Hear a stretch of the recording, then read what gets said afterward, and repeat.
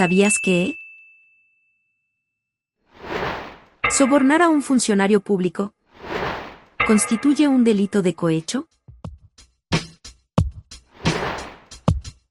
Actuar de forma incorrecta para evitar sanciones no soluciona las cosas, solamente las empeora.